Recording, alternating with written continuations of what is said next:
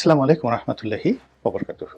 সম্মানিত দর্শক, বাংলাদেশের সঙ্গে এবং ভারতের যে সম্পর্ক, এটি কি অনিবার্য যুদ্ধের দিকে এগুচ্ছে, নাকি বাংলাদেশকে একটি ব্যর্থ রাষ্ট্র হিসেবে প্রতিষ্ঠিত করার জন্য ভারত জলে স্থলে অন্তরিক্ষে সর্বোচ্চ চেষ্টা চালিয়ে যাচ্ছে, নাকি বাংলাদেশের সঙ্গে আসলে একটা সম্পর্ক স্থাপন করার জন্য শেখ হাসিনাকে ঢাল হিসেবে ব্যবহার করে মূলত ইউনূস সরকার এবং আগামীতে যারা আসবে তাদের সঙ্গে একটি কৌশলগত সম্পর্ক স্থাপনের জন্য ভারত প্রাণত চেষ্টা চালাচ্ছে।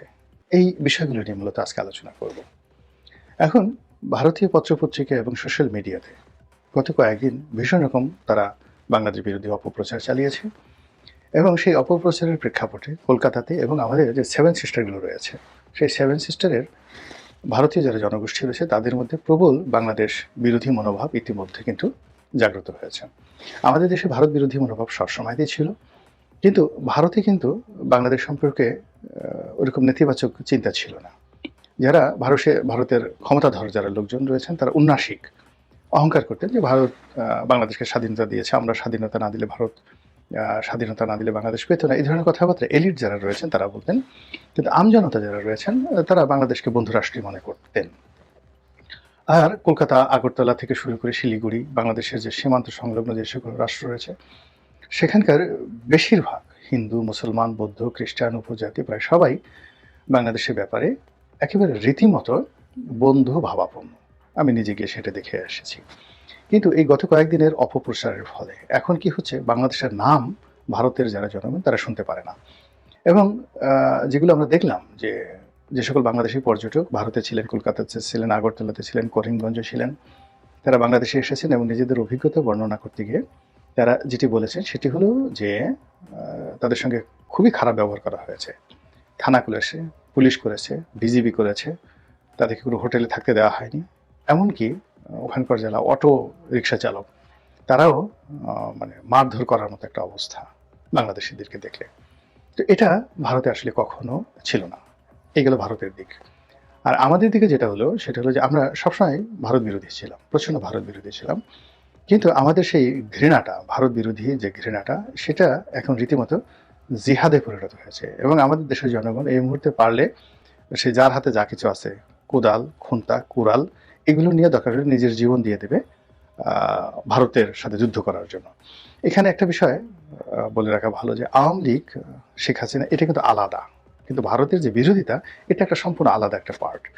তো দুটো ভিন্ন আঙ্গিক থেকে দুই ধরনের রসায়ন তৈরি করছে। আমি শুধু ভারত বিরোধিতা নিয়ে কথা বলছি। এখন বাংলাদেশের যারা লোকজন তারা মনে প্রাণে ভারতের সঙ্গে একটা চিরস্থায়ী একটা সম্পর্ক নষ্ট করতে চাচ্ছে, যে এদেরা ভালো না, এদের সাথে সম্পর্ক রক্ষা করা যায় না, এর সাথে পাকিস্তানের সাথে সম্পর্ক করা ভালো, তারপরে অন্য যে কোনো বিশ্বের যে কোনো দেশের সাথে আমরা দরকার না খেয়ে থাকবো, পেঁয়াজ খাবো না, মরিচ খাবো না, আদা খাবো না, রসুন খাবো না, কিন্তু আমরা ভারতের সাথে এখন আর সম্পর্ক রাখতে চাই না। এখন যদি ডক্টর মোহাম্মদ ইউনূস সরকার বলেন যে আমাকে টাকা দেন, আপনাদের যার যা কিছু আছে টাকা দেন, আমি ভারতের চারিদিক থেকে মানে সীমান্ত দেয়াল তৈরি করে দেবো, বাংলাদেশের পক্ষ থেকে কাঁটাতারের বেড়া না, একেবারে দেয়াল তৈরি করে দেবো, এবং সেই চীনের মহাপ্রাচীরের মতো দেয়াল তৈরি হবে আপনাদের টাকায়, যাতে করে কোনোদিন বিএসএফ এর একটা সিঙ্গেল লোক আসতে না পারে, এবং আমরা কোনো সীমান্ত রাখবো না। চারিদিক থেকে পুরো বাংলাদেশ, একেবারে একদিকে বঙ্গোপসাগর বাদ দিয়ে পুরো বাংলাদেশটা আমরা সেই চায়নার গ্রেট ওয়ালের মতো ওয়াল তৈরি করব। আমরা ভারতের আগ্রাসন মুক্ত একটা বাংলাদেশ চাই। বিশ্বাস করেন ডক্টর মোহাম্মদ ইউনূস যদি এই ঘোষণা দেন, ওনার এই যত দুর্বলতা আছে, ওনাকে নিয়ে যত সমালোচনা হচ্ছে সব নিচে পড়ে যাবে। এবং আমাদের মা বোনেরা, উনি যদি নিজে দাঁড়ান যে আমি দাঁড়িয়ে থেকে দান গ্রহণ করব যমুনার সামনে, আপনি গিয়ে দেখবেন যে লক্ষ লক্ষ কোটি কোটি মানুষ গ্রাম থেকে এসে যে যার মতো 1 টাকা, 2 টাকা, 3 টাকা, 5 টাকা থেকে শুরু করে একেবারে সোনাগোনা পর্যন্ত এখানে এই ওয়াল নির্মাণের জন্য দিয়ে যাবে। তো এই হলো বাংলাদেশের বর্তমান মানসিক অবস্থা। এখন এই পার্টটা এখানে রাখেন, দ্বিতীয় পার্টে যাই, যেটার পরিণতি কি হতে পারে। ভারতও যে কোনো মূল্য চাচ্ছে যে বাংলাদেশের সঙ্গে একটা ছোটোখাটো যুদ্ধ লাগুক, সেটা সার্জিক্যাল স্ট্রাইক হোক অথবা যাকে বলা হয় একটা মেজর কোনো স্ট্রাইক হোক।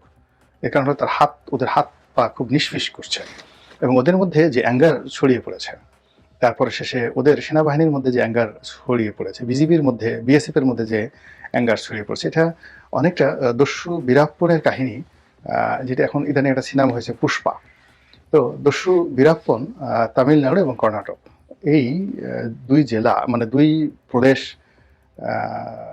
কে কেন্দ্র করে যে বিরাট চম্বল বা বিরাট যে বনভূমি, এই বনভূমির সর্বকালের সেরা দস্যু, এই দস্যুর নাম হলো বীরাপ্পন। তো বীরাপ্পন বলতে গেলে অলমোস্ট 30 বছর পুরো ভারতীয় সরকারকে তছনছ করে ছেড়ে দিয়েছে, তামিলনাড়ু সরকারকে, কর্ণাটক সরকারকে তছনছ করে ছেড়ে দিয়েছে। তো সেই বীরাপ্পনকে হত্যা করার জন্য, তারপরে শেষে তাকে ধরার জন্য যেভাবে ভারতের সব মানুষ এবং সৈন্যবাহিনী ঐক্যবদ্ধ হয়েছিল, ঠিক এখন এই মুহূর্তে ভারতের মিডিয়ার এই গত কয়েকদিনের আগস্টের পর থেকে 5 তারিখের পর থেকে এখন পর্যন্ত ক্রমাগত তারা যে অপপ্রচার চালিয়েছে, অপপ্রচারের কারণে কি বলবো, পুরো ভারতীয় সেনাবাহিনী থেকে শুরু করে সবার মধ্যে এই একটা যুদ্ধংদেহী ভাব এসেছে। এবং তারা চলচ্চিত্রে যেভাবে ভারতীয় সেনাবাহিনীকে দেখায়, বিএসএফকে দেখায়, ভারতের সামরিক শক্তি নিয়ে যেভাবে অহংকার করে, সেখানে এই মুহূর্তে বাংলাদেশের ব্যাপারে যদি ভারতীয় কর্তৃপক্ষ কোনো রকম শক্তি না দেখায়, তাহলে অভ্যন্তরীণ রাজনীতিতে মোদী সরকার বিপদে পড়বেন।